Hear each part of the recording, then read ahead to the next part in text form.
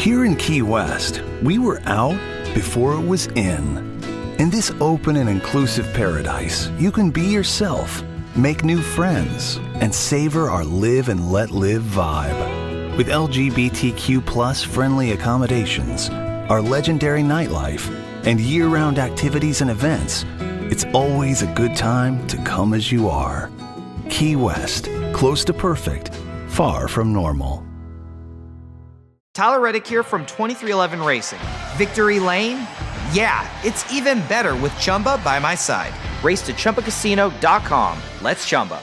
No purchase necessary. VGW Group. Void where prohibited by law. See T&Cs. 21 plus. Sponsored by Chumba Casino.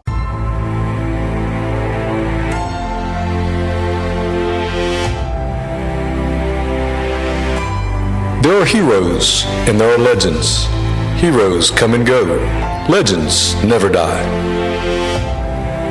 We usually say that you cannot become a legend before death. These are living legends. If the legends fall silent, who will teach the children of our ways? Sun Coaches Podcast, Season 5, brought to you by Titan Sensor, is proud to present The Legends.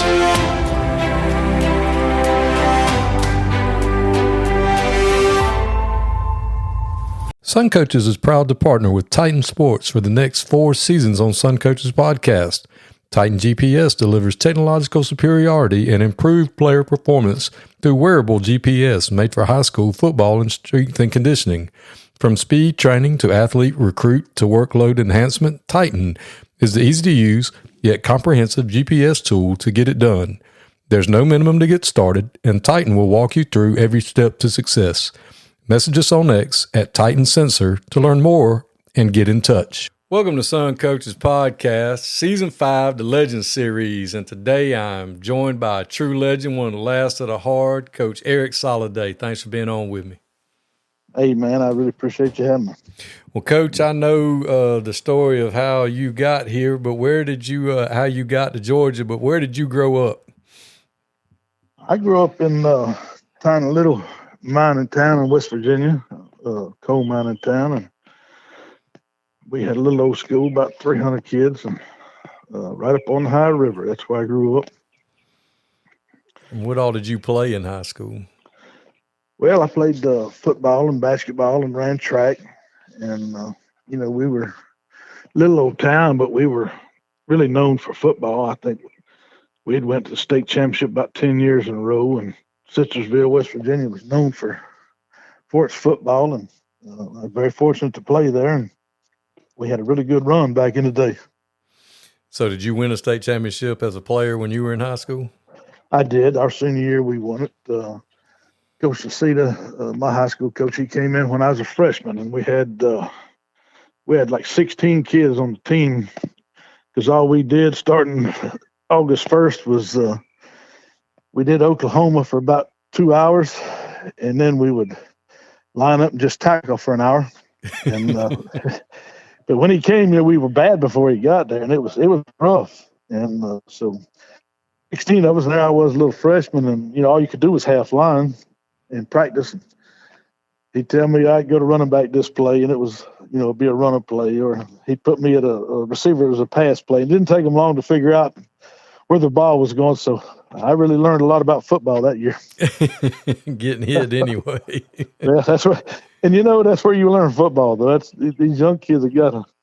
I try to explain to them, you learn football on the scout squad. You don't learn it on the other side. You learn it on this side, because that's what makes you respect it. And then when you get your chance on the other side, you get your hits back. So did you get an opportunity to play college balls at all? I did. I played at Fairmont State College and started for 4 years, and it was I enjoyed it. I played for some good coaches there, and it was just a great opportunity. So did you know all along you were going to be a coach, or did you go to college to do something else and wander into the wrong line? Well, I actually started out, I thought I was going to be a coach and a teacher. And, I started out as a math teacher, and it didn't take me long to figure out that probably was not what I should be doing. And so I changed into industrial arts, which they call technology now, I guess, but it was shop class back then. And I became a shop teacher. So what was your first job out of college? At Turner County High School. Oh, really? I was a shop teacher. Yep. I came, I coached at Fairmont for 4 years after my playing days were over. Then I coached there for 4 years. Did you GA or did you just coach? Well, I started out, my first year was a GA, and then I got hired on after that year for the next 3. And then headed south and took a job at Turner County after that. Yeah, the story I always heard is you were driving down I-75 and just happened to stop, and it was like they needed a coach, and you applied, and you got it. Well, it's kind of the way it was. Actually, I was coaching at Fairmont State, and we were at the National Coaches Convention that year. It was in Nashville, Tennessee, and Terry Bowden was the coach at Salem, which was kind of our rival school. They were about 30 miles from us. And we were standing there talking with him and his dad, and Bobby Bowden knew every job, high school, college, and pro in the eastern half of the United States off the top of his head. And I was actually headed to Boca Ciega, Florida, to interview for a job there at Clearwater, Florida. And as I was coming down the interstate, there was a sign that said Turner County, and I remembered him saying Turner County. So I pulled off. I went and found the board office, talked to Mr. Jimmy Albertson, who was superintendent at that time, and went on down to Florida. And then when I got back to West Virginia, there was a message on my answering machine to call them, and I called them, and they offered me the job, and told my wife we'll go down there for a year or two, and here we are about however long it's been, 36, 37 years later, still here. She reminds me of that too every once in a while. Yeah, you never made it to the Florida gig. Never made it down there. We're back. So she always reminds me it was only going to be a year or two. So how long were you at Turner the first time? I was there 8 years. 8 years.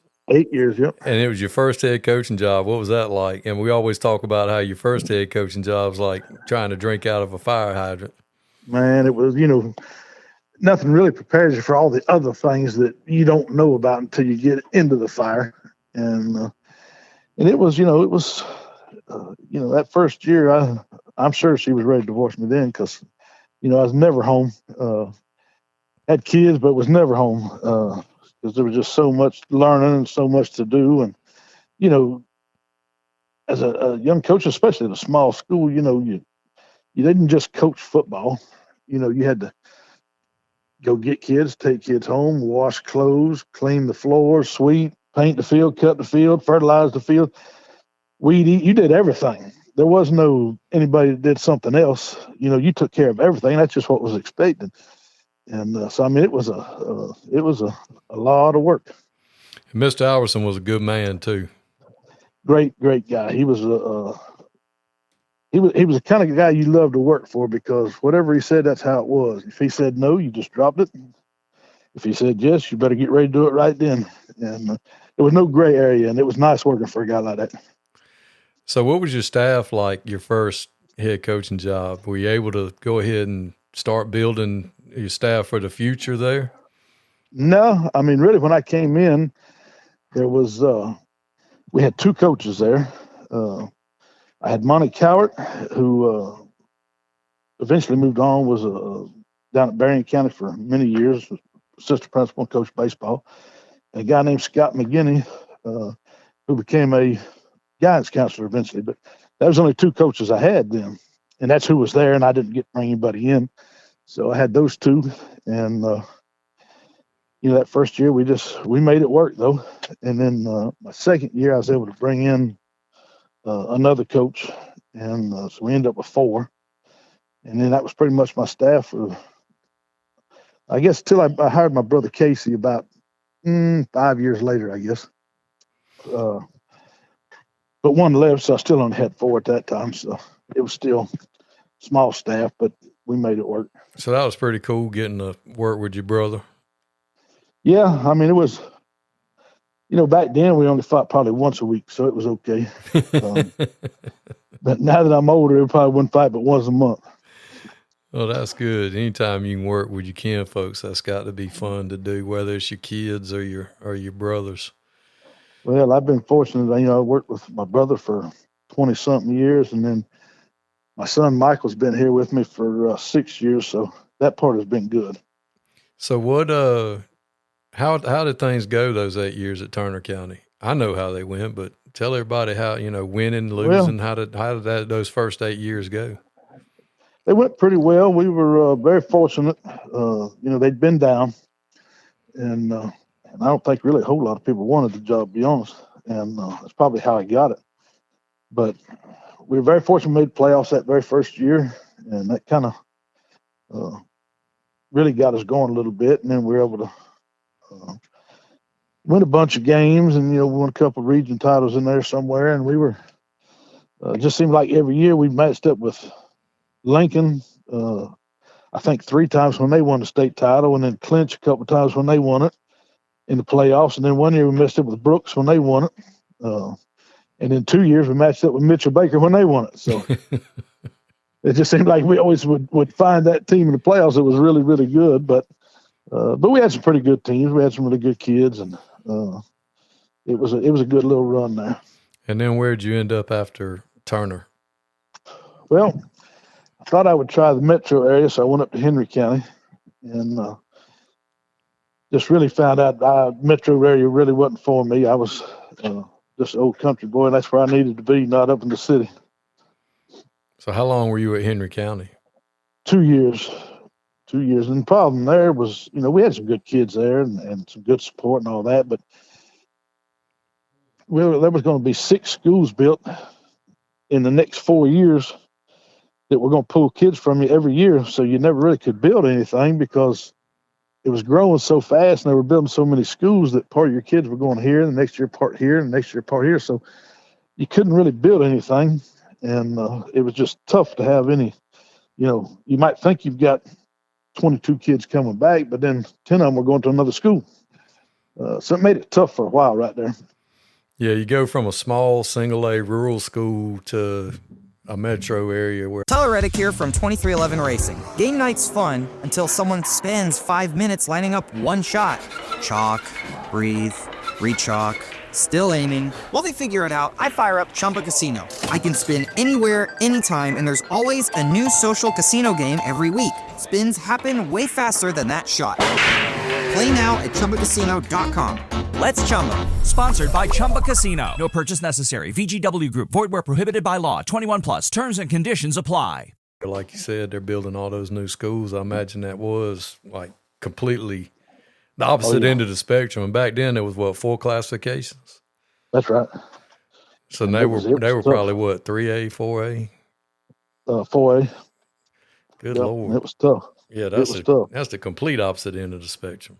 And like I say, that place was just growing so fast. There was just subdivisions going up everywhere, right and left. And, all them schools were I don't even know all of them now, but there was only 3 when I went there. There was Stockbridge, Eagles Landing, and Henry. And like I say, now there's probably 10 schools up there. Mm. Yeah, and we all know when we head up north to Atlanta, you get to that area and you come to a standstill. Yeah. Yes, it's the worst interstate spot in Georgia. It's terrible right there. It's always backed up. Yeah, it's just grown That's so Eagles much. Landing there. Yeah. It's crazy. And you were there at the very beginning of it. So after Henry County, where'd you end up going? I went to Americus and was there for 5 years, and that was 5 great years we had there. I really loved my time there. So what was your first year in Americas? What year was that? 99. We ended up losing to Swainsboro in the playoffs in overtime that year, and Swainsboro had a heck of a team that year. That's when Coach Teague was over there, and they were starting a good run right then, and boy, they were loaded that year. And then what happened the next year? Next year, we were fortunate enough to we went 15-0 and won a state title, and we won the state title the next year, and then following year we lost to Buford in the Dome, and then the following year we lost to Vidae in the 3rd round, I think it was. So what was that first state championship like? I mean, did you what was that like for you? I mean, you'd won one as a player. Awesome. What was it like winning It your was a first one as a great head feeling. coach? I'm telling you, it was especially that year because it was, we really wasn't necessarily expecting to win a state championship. We thought we had a chance to be pretty good, but every week was like, a game, and we got to try to win this week. And there was literally no looking past anybody because we really didn't know how good we were.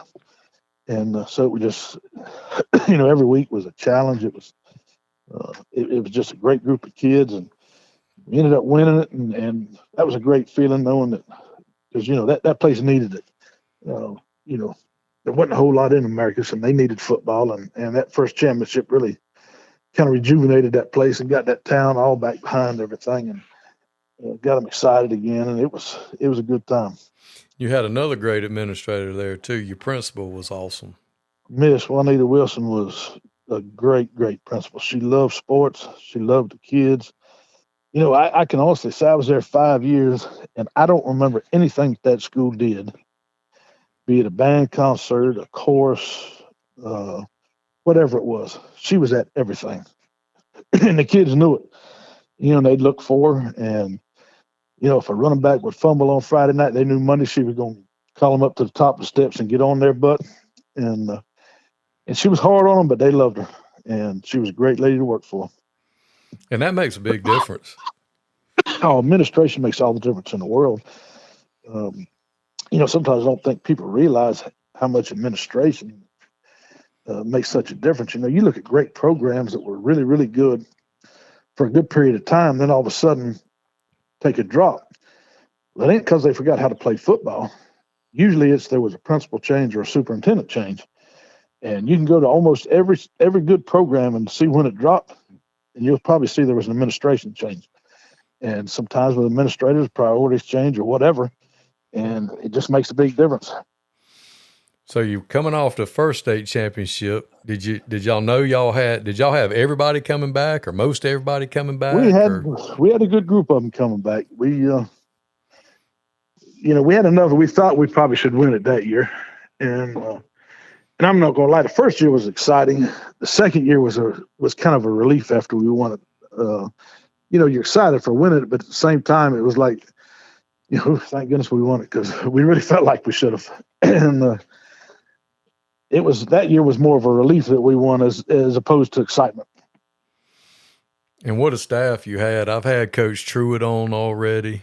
Chris Wade's one of my best friends I've ever met. And your brother was on your staff. You just had like a great staff in a AA program. The region Darren was Alford unbelievable. Sly was Coach Alford, yeah. He was on that staff. So we had some good ones.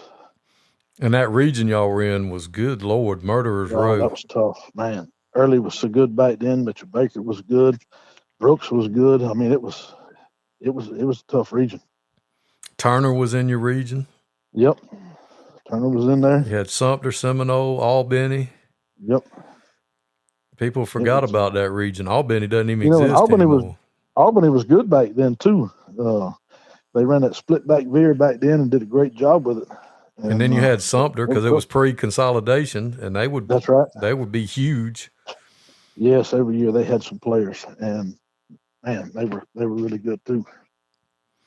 So you stayed there for 5 years, and they started talking about consolidation. Is that what made you decide to look somewhere else, or did you just feel like it's time to change? Or we had a superintendent that come in there and really didn't know a whole lot about sports, and they were trying to consolidate the year before, and it would have been in between scheduling years. And I tried to tell him, I said, we can't do it this year. They're not going to let us play in the playoffs. And he said, well, we'll fight it. And I said, you can go fight whoever you want, but they're not going to let us play as a 4A school in the AA playoffs if we merge in between years.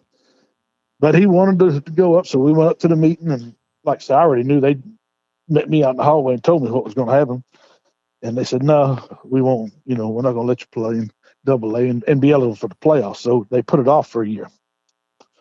But you're sitting there. There was also some board seats up.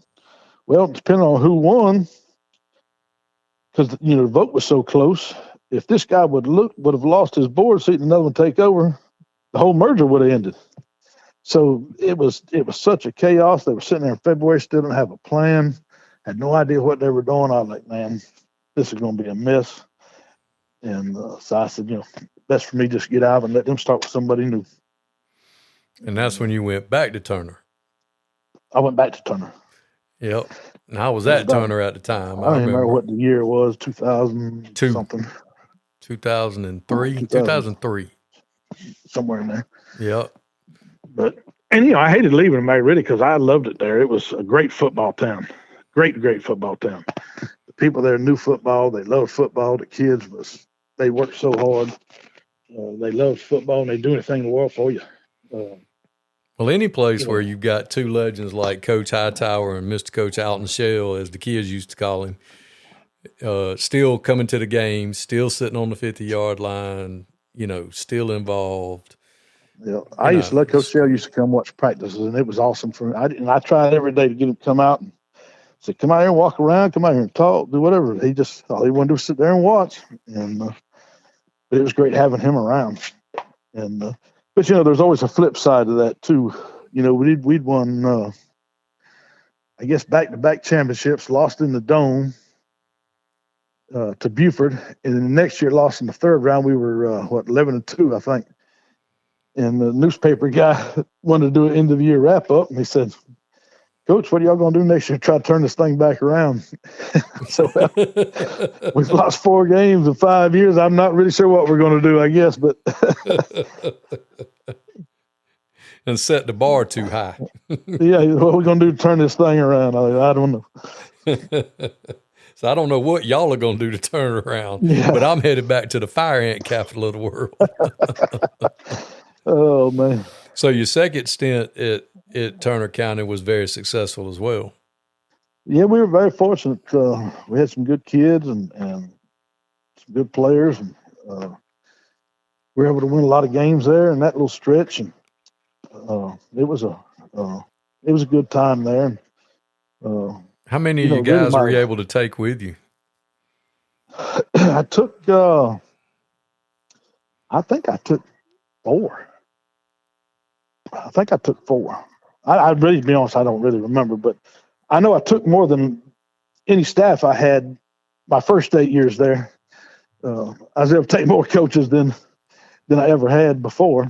And that makes a difference because they've been with you. They know what to do. They know the plan, and they're knowledgeable, And like you said, it ain't just 4 of you, And they knew how to work. They knew how we did things. You didn't have to spend a lot of time in meetings going over things. It was practice planning because I already knew what to do. You know what I mean? So that makes a huge difference. Cohesiveness like that just is huge. So how long were you there your second time? I think 9 years. So you spent 17 years of your career, over half of your career at Turner County. At Turner County, yep. Must have really liked it there. Well, I still live there, and good place. Oh, Lee Brown's seafood market is a good place to eat, ain't it? Yeah, you got one good place to eat. You got 3 Mexican restaurants and 3 liquor stores. So that's about all that's in Ashton is Mexican restaurants and liquor stores. Yeah, when we lived there, we lived in them little duplexes back behind off 41. And we used to laugh and tell people, we're like, they got a Chinese place, a Mexican place, and a soul food place. I said, but here's what's the crazy thing. Some Asian people own the soul food place, a black man owns the Chinese place, and 2 white women own the Mexican restaurant. That's right. I said, but that's what you got. And then you got Lee Brown Seafood. Tyler Reddick here from 2311 Racing. Another checkered flag for the books. Time to celebrate with Chumba. Jump in at ChumbaCasino.com. Let's Chumba. No purchase necessary. VGW Group. Void where prohibited by law. See T&Cs. 21+. Sponsored by Chumba Casino. And it's good. And you go to the interstate, you got your Huddle House and a Shoney's. There you go. And then, because you've lived there forever, you get you get a Zaxby's or you get a something, and you're like, man, we're getting a Zaxby's, or we're getting a excited for Christmas. something new. I can remember when Zaxby's went in, the cars was clear out into the highway the first time they opened. It ain't like they hadn't ate at Zaxby's before, but it was just something new in town, and the cars was out in the highway to try it. Oh, but man. the good thing is Tifton's close enough where if you want to go out to eat, or if you want to go to back when people went to movies, you go, and there's a little shopping. I mean, you can get there, and it's close enough, and you can get to a bigger grocery store if you want to. I mean, we go down there and eat at Yugi? I don't know, some hibachi place. We'll still drive down there from Hawkinsville. Well, we like to go. Yeah, it's in terms of great little school. I mean, it's a good place. It's small, and it's kind of a family-oriented place. And one of my former players is the head coach there now, DeMario Barber, and great young man, and they're going to do a great job there. So it's and I hope they do. I always pull for them. I want it to always be good because they're another town that needs good football, and so I'm always pulling for them. So except for 1 week out of the year. That's right. And that's when we played them last year. So where did you go after that? I went to Perry. Spent 2 years at Perry. And is that where did you retire from Perry, or did you? No, I actually left there and went back to America Sumter. Well, it was America Sumter when I left there, and then I retired from there. But I spent 2 years at Perry, and another metro kind of situation. Yeah, it was a little different, but that was one of them jobs I knew at the time I probably shouldn't have taken because I couldn't bring a lot of folks in, and they wanted me to keep a lot of folks that were there, and that just doesn't always work out well, especially if someone wanted the job. It doesn't always work out well, and I knew I was kind of fighting a battle there.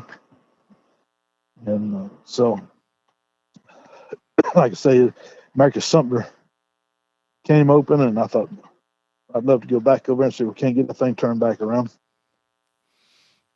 And that's where you finished out your public school career. That's right. We went back over there and got it turned around pretty quick and got in the playoffs, and then won a couple rounds that last year and ended up losing to Thompson. Lost in, I think we lost in overtime, actually. But so after you retired, you couldn't stay away from it, and got offered an opportunity. Right. Got offered the opportunity to go to Tift area. That's right. And that's where you are now. Been there 7 years now. It's hard to believe. I've been retired for 7 years, but been 7 years. I've been doing this, and I still love it. I mean, heck, I'm getting up there. I've been coaching for 40-something years, I guess, but I still love it. I still love Sundays more than any day of the week. I love coming here on Sunday and meeting and game planning and watching film, and I still like practice, still like the games. So. And you got another great administrator. One of my first mentors, Stacy Bell. He's one of the best.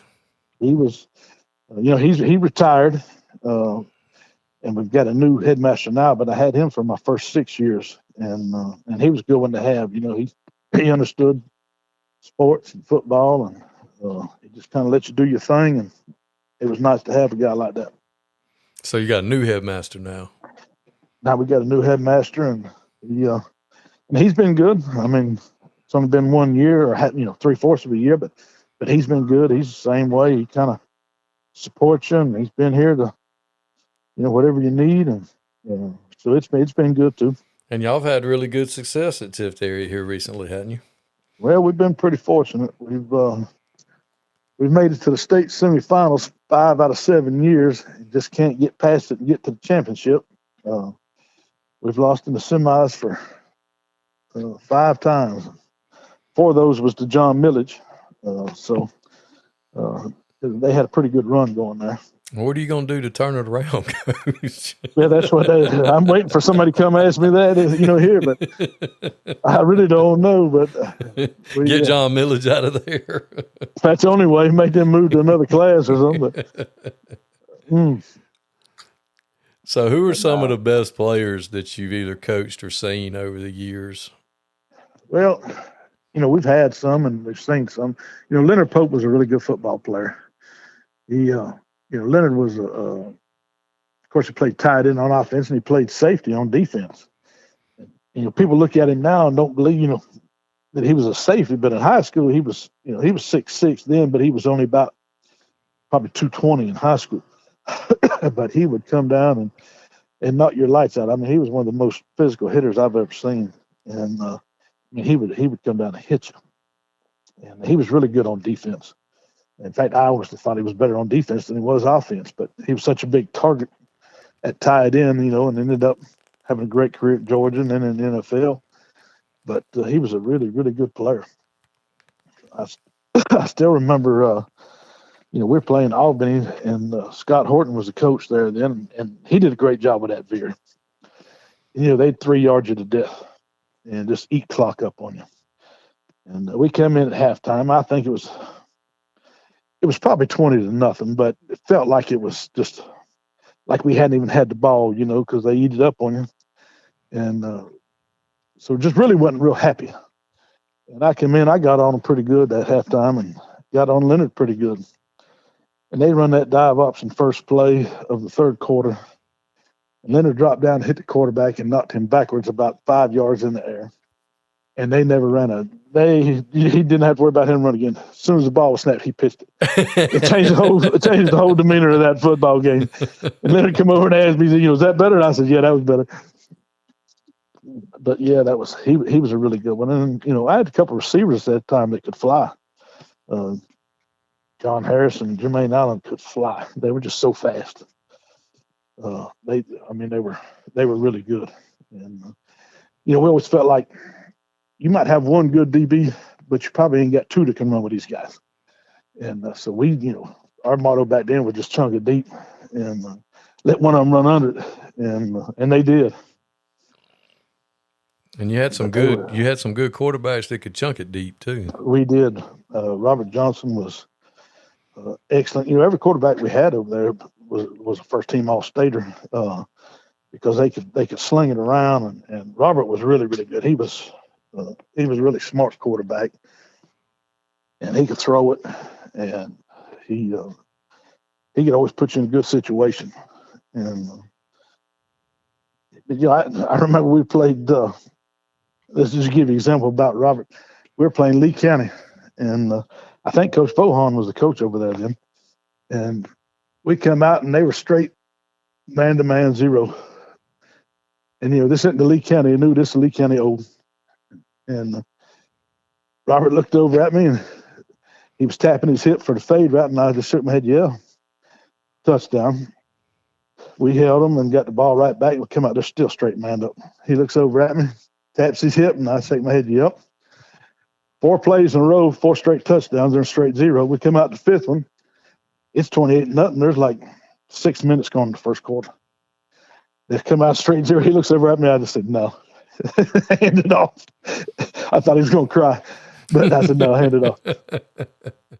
But he knew to look. Yeah, he wanted to throw the fade again, but I said, no, hand it off. But he was a great quarterback. And in America, there's always going to be some leverage. Oh, yeah. They play defense. There's always leverage, yes, and would hit you. And would strike you. I was about to say, and would knock your face off. Yes. But, we've been fortunate over the years. At Turner, I had, 3, 4, 5, 6. I think we had 6 or 7 all-state quarterbacks at Turner over them years. So we've been fortunate to have some good quarterbacks. And your brother, was he your offensive coordinator all those years? Or did y'all do it together? Well, we usually did it together, but he did a lot of it, because we'd be trying to get on the same page during the game. He was, I like to throw it around a little bit, and he liked to run it. So he was my line coach. So, obviously he wanted to run it. So. Yeah, we do like to run it. And I know Coach Truitt was with you until he went off to Monroe. Yep. And did a great job. Rick Torvik was with you forever. Yep. John Rick Torvik with me forever. And he retired, went up to Tennessee as a head coach up there, and he's still up in Tennessee. And Coach Truitt, I was able to get him back with me for a year at Tift area. He come and was my defense coordinator for a year, and did a great job here. The kids loved him, and he's a good coach and always does a great job. So, what are some of the things over the years about the game, good, bad, or indifferent, that's changed? That whether it's technology or just the way young coaches are, or just the admin. What are some things you've noticed that have just changed? Well, some good and some bad. Technology has been good in some ways. You got Huddle now, and you can just trade films with a click. The only downside to that is, a lot of times you don't even get to talk to coaches from other teams, you just trade film.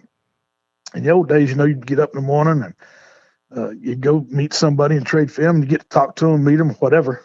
You get to hear their problems as well as yours, and didn't feel as which alone. was always a good thing. And my oldest son, his favorite thing was to get up, because we'd get up Saturday morning early, and because I'd have to go swap film, and he'd be waiting on me, and I'd go get a chocolate milk and a little cake or something, and then he'd get the newspaper and he'd read the scores off to me on the way to go trade film, and he loved that. But you don't have that kind of stuff anymore. So technology has helped as far as that goes, and watching film and all that. But at the same time, it's kind of took the personal relationships and things out of it. So that part, is kind of good and bad. And the entitlement is different now with kids. Back in the day, kids were, I hate to say tougher, but I think they were tougher. They didn't have as cell phones and computers and all the things they've got now. They had to go outside and play. And now they just their whole social is on the telephone, I think.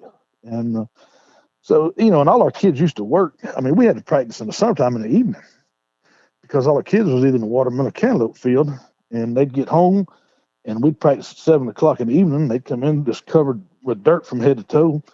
And now I don't think I've got a kid that does that. So that part has changed too. And there was just something to that work ethic that kids used to have. And I know times have just changed, but that's part of it. But, it's still, I love it. It's still blocking and tackling. That part hadn't changed any. And, like I said, there's been good changes and bad changes. What are some things in the coaching profession, besides the personal relationships? One thing I've noticed is young coaches are a little bit different these days, as far as you don't see as many guys out at the 50-yard line just, visiting before the game. No, they're a lot different. They, they want to be coordinated on Friday night, but they don't want to watch film and do all the other work through the course of the week. But let me look pretty on the sideline, and you put a headset on Friday and look the part. They don't, and because of technology, they don't understand the days where, as coaches, we had to mop the floors and wash the clothes and cut the grass, fertilize the grass, water the fields, line the fields. We had to do everything.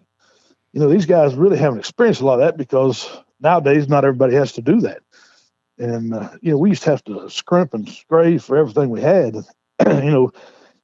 Knee pad got ripped, you kept it and taped it up, and probably a freshman had it. So nowadays it's not quite that bad, but back in the day it was, and hip pad would rip off, well, it'd become something else.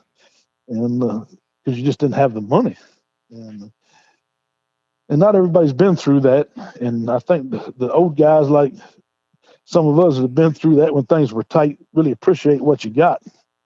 Where maybe younger guys don't have that same appreciation because they've never been through those tight times. And so that makes it a little bit different. Yeah, when you have to take old hip pad and turn it into a knee pad, or you got to take a knee pad and turn it into 2 knee pads, or you got to take a knee pad and put 2 of them together to make a thigh pad. Oh, yeah. I mean, when I was in high school, I remember Coach Soliday would call us over there, and he had a box of Reader's Digest, and that's what we used for thigh pads. And he said if it's too big, rip some pages out. We stuff that in our pants for thigh pads. I mean, that's all we had. Reader's Digest. Yeah. That's awesome for thigh pads. So over the years, you've done it for a long time and been a head coach your whole career. as a high school coach. Yep. Who are some of the guys over the years that you just enjoyed competing against, or whether they got you or you got them? Who are some of the guys over the years that you just built relationships with and just really thoroughly enjoyed going up against or hanging out with and stuff like that? Well, early on, Jack Johnson was one of those guys that really looked up to because, offensively he was really, really good. And he did a lot of things, and I learned a lot of stuff from Jack Johnson. He was a good football coach, and I really enjoyed my time getting to know him and coaching against him. And we had some great games over the years. Clay Hill at Crisp, we had some great contests with them, and it was always fun coaching against them. And he was a really good guy, and got to know him over the years. And we had a lot of good battles when I was at Turner with Crisp, and then when I went to Americus, we had some good battles with him. And that was always two guys right there that were quality guys that were fun to go up against. And, there was just a bunch of them over the years. Donnie Clack over at Wilcox did a great job over there. And, I don't know if you know Donnie Clack, but Donnie was a good football coach and did it for a long time. We had some great battles with Wilcox back in the day. Well, did you see the other day where Coach Harry Wayne Parrish passed away last week? No, I did not. That's a shame. There's been a bunch of them here within the last year. But he was at Early County. Oh, yeah. Yep, I remember him being over there. And you called out Scott Horton, man. I forgot all about Coach Horton, man. He did a great job at Albany. He did. They ran that very, really well. And that was about the last I remember them being pretty good too. Well, who was the guy that was at Sumter all those years that Lloyd Brochu. There, Brochu, that's it. Yep. Lloyd Brochu. He was a long time. His wife ended up being the superintendent in Marcus. That's right. I couldn't remember his name. I just remembered that they'd put I can't remember if it was y'all or somebody else that they were keying like a certain kid's number, and they put like had a receiver wearing number 55 or something crazy like that. He always had great big linemen. Oh, Coach Campbell. Oh, yeah, they always did. I knew Larry Campbell. We met up with him all them years, and I tell you, that rascal would, we played him at our place 3 years in the playoffs, and he would always go to Cordele and practice and warm up, and then he'd show up at the game right before kickoff. And, you'd always try to make sure, are they in here, they there, whatever. So we went to their place. I don't even remember the year now. And we stopped and warmed up at Thompson. And then we drove up to that place right before kickoff, and he was all flustered, running around, worried about if we was going to get there, whatnot. And I said, ain't too fun, is it? And we ended up beating them that night. And that was the first time they'd lost before Thanksgiving in like 25 years or something. And I heard a knock on the locker room door, and it was a state patrolman. He said, Coach, we're going to get you out of here. That's what you talking about. And I looked out the door, and everybody was still there. I mean, all the crowd was still out there. And he said, we're going to pull the bus right up here to the door. You just step out of the locker room on the bus, and we'll get you out of town. So that's what we did. We stepped out of the locker room right onto the bus, and they escorted us out of town. Oh, man. That's awesome. And there was the big rain game, was that the state championship game at y'all's place? Was that the second year or the first year? That was the first year Washington Wilkes game. Yep. And it was there was some kind of rain come too. I'm telling you what, I've never seen a field covered in about 6 inches of just clear water. But I knew we was going to finish that night.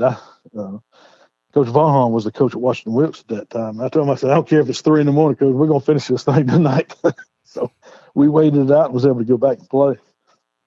But the next year was Early County in the championship. The next year, and that's when Trey Wolf was a coach, and that's another guy that was just a great football coach. Yes, he was. I got to work for him for 6 years down at Early County. His defensive, he could run man to man. Those guys would come off man and make tackles. I don't know how you ever coached it like that, but they could do it. And he was a very good coach. 4-4 cover 0. Yep. And he could do it. Yeah, I really enjoyed my time down there. He's one of the most intelligent people I've ever been around. Very, very cerebral. Good golfer, too. Really good. Good people. But just hearing you talk about these guys, I mean, you got to coach against some really great high school coaches in the South, especially in South Georgia, that, and Coach Vohan, who've been everywhere. Yes. I forgot that he was at Lee County. And let me tell you something. When I came to the GIAA, there's some really good coaches in this league. Bill Murdoch over at Terrell Academy is a heck of a football coach. That guy does a great job over there. He's been in this league probably his whole career, I guess, and kind of probably got overlooked because of his GIA, but he's a heck of a ball coach. Oh yeah, but it's just hard to quantify and explain that to people, when you try to explain that to other people, because they think, oh, well, it don't matter. If you're a football coach, you're a football coach. That's right. You're teaching to block and tackle. It's all the same. And obviously, it's a little relative as far as where you're at, whether it be 6A, single A, GIAA. But, this day and age, it's so different too, because people transferring and getting kids moving in and whatnot. It makes it tougher too. There ain't a lot of, these were kids that grew up here that won a championship, anymore it's kind of a lot of move-ins. That's changed about the game a lot since you've been. It has. Yeah. It has. Since we all got started. Yep. And, that's why the rural schools, they ain't coming from nowhere. No. You got who you got. Yeah. That's right. There ain't nobody moving to a lot of them. So. Yeah, it's pretty hard unless they're near one of the big, whether they're near Moultrie or near Valdosta or near Tifton or somewhere like that. And even then, it ain't like they still ain't close. No, it ain't like the metro areas where you could throw a rock and hit a school. Hit 3 schools. Yeah, down I can the move road. a block and go to a different school. But yeah, it is definitely different. Well, Coach, I sure am glad that you took time to share your story with us and that you're still pouring into young people. And I hope you continue to do it as long as you're healthy and have the love and enjoy going on Sundays. Well, I appreciate you having me. And like I said, I still love it. As long as my body will let me do it, I'm going to try to do it. And the question when you get to this point is you just don't know how much longer your body's going to say, I'll keep doing it. But I'm going to try anyway. Well, Coach, I sure do appreciate it. Thank you, man. Appreciate you. Tyler Reddick here from 2311 Racing. Another checkered flag for the books. Time to celebrate with Chumba. Jump in at ChumbaCasino.com. Let's Chumba. No purchase necessary. VGW Group. Void where prohibited by law. See T&Cs. 21 plus. Sponsored by Chumba Casino. When you manage procurement for multiple facilities, every order matters. But when it's for a hospital system, they matter even more. Grainger gets it and knows there's no time for managing multiple suppliers and no room for shipping delays. That's why Grainger offers millions of products in fast, dependable delivery, so you can keep your facility stocked, safe, and running smoothly. Call 1-800-GRAINGER, click Grainger.com, or just stop by. Grainger, for the ones who get it done.